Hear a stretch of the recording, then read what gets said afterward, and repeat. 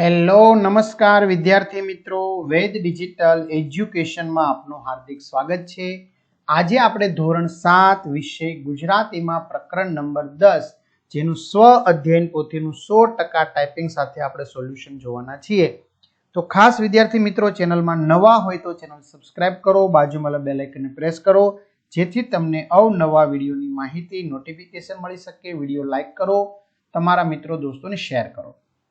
10મું chapter ગુજરાતના ગરવા લોક ગાયિકા એ જોતા પહેલા ખાસ વિદ્યાર્થી મિત્રોની કમેન્ટ આવે છે કે સર, પરીક્ષા માટે ઉપયોગી તમે જે સરસ મજાના પેપર શેટ છે તૈયાર કરેલા છે? તો ભાઈ હા, પેપર શેટ છે, તેમજ ધોરણ 7ના તમારે કોઈ પણ વિષયમાં કંઈ પણ તકલીફ હોય તો એના વિડીયો પણ તમે સરળતાથી નિહાળી શકશો। તો આ બધું આપણી વેદ ડિજિટલ એજ્યુકેશન નામની જે એપ્લિકેશન છે એમાંથી તમને મળશે, જેમાં 3 થી 12 ધોરણના દરેક વિષયના વિડીયો લેક્ચર, સ્વાધ્યાય અને અભ્યાસની સમજૂતીના વિડીયો, પરીક્ષા માટે ઉપયોગી મટીરીયલ, અસાઇનમેન્ટ, જુદા જુદા જિલ્લાના પેપરો, સ્વાધ્યાય પોથી, પ્રોજેક્ટ પ્રવૃત્તિ બુક, આ બધું ગૂગલ પ્લે સ્ટોર કે જ્યાંથી આપણે ગેમ ડાઉનલોડ કરીએ છીએ તો ત્યાં જઈને વેદ ડિજિટલ એજ્યુકેશન નામની એપ્લિકેશન ડાઉનલોડ કરવાની।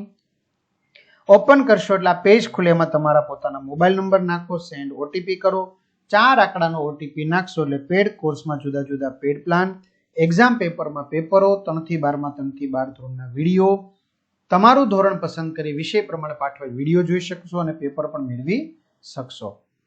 ચલો, આડાઅવળા મૂળાક્ષરોથી વ્યવસ્થિત કરવાનું છે। તો પહેલામાં અસાધારણ, પછી જૂનાગઢ, પાનેતર, અવિનાશ, ગુજરાત અને લોકગીત। આપેલા ધ્વનિને જોડીને શબ્દ બનાવો: ગુજરાત, લોકગાયક, નિરક્ષર, કોયલ અને પ્રતિભા।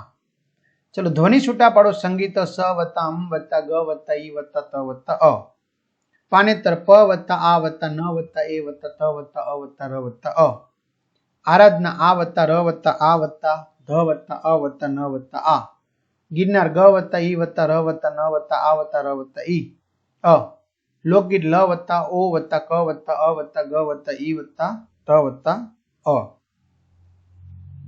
ચાલો, કોષ્ટકમાંથી શબ્દ સમૂહ માટે એક શબ્દ શોધીને લખો, જેમ કે ધ્વનિ મુદ્રણ, હાલરડું, અજોડ, એવી રીતે ધ્વનિને અંકિત કરો। ધ્વનિ મુદ્રણ: જેની જોડ નથી તેવું અજોડ, લખતા કે વાંચતા નથી આવડતું તે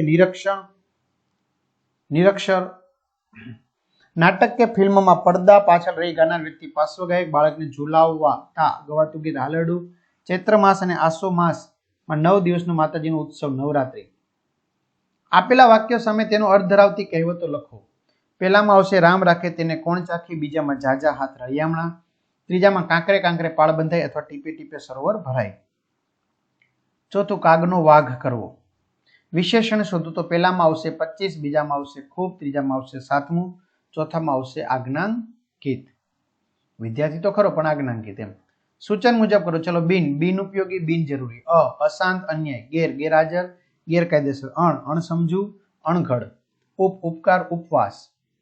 પ્રશ્નોના જવાબ લખો। પહેલું, દિવાળીબેનનું પ્રથમ લોકગીત કયું છે, તે કયા રેકોર્ડ કરવામાં આવ્યું હતું? તો વિદ્યાર્થી મિત્રો એનો જવાબ આપેલો છે ભારત સરકાર દ્વારા અપાયેલ પદ્મ પુરસ્કાર મેળવનાર આપણા રાજ્યના 3 લોક કલાકારો છે। 3 લોક કલાકારોનો આપણે શું લખવાના છે? તો 3 લોક કલાકારોનો આપણે નામ લખવાના છે, તો લખેલા છે। આગળ જોઈએ, પદ્મશ્રી એવોર્ડ વિશે તમારા શિક્ષક પાસે જાણો। આ સિવાયના ભારત સરકાર દ્વારા અપાતા પદ્મ પુરસ્કાર વિશે પણ લખવાનું છે। દિવાળીબેનને ગરવા લોકગાયિકા શા માટે કહ્યા છે? 5મું, દિવાળીબેનને આકાશવાણીમાં કેવી રીતે તક મળી? ચલો, દિવાળીબેન ભીલે ગાયેલા ગીતો સાંભળો અને પસંદ હોય તે ગીત તમે લખવાનું છે, તો આપણે હમણાં લખીએ। પ્રશ્ન 10, આપેલા જે મુદ્દા છે ટોપિક, એના પરથી આખો ફકરો લખવાનો છે। તો આખો ફકરો વિદ્યાર્થી મિત્રો લખેલો છે, જેમ કે લોકગાયક, લોકગીત, ભજન, બરાબર, રેડિયો, ટીવી, હાર્મોનિયમ, બરાબર, તો આવી રીતે તમે લખી શકો છો। ચલો, એમણે ગાયેલા ગીતો છે।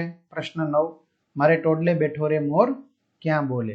તો આવી રીતે વિદ્યાર્થી મિત્રો તમારે નેક્સ્ટ પછીના જે 11 પાઠથી પણ તમારે વિડીયો જોવા હોય તો ખાસ ચેનલ સબસ્ક્રાઇબ કરો, વિડીયો લાઈક કરો અને ખાસ પરીક્ષા માટેના જે પેપરો છે એ પેપર તમે વહેલી તકે મેળવી લેશો। તો અહીં સુધી રાખીએ।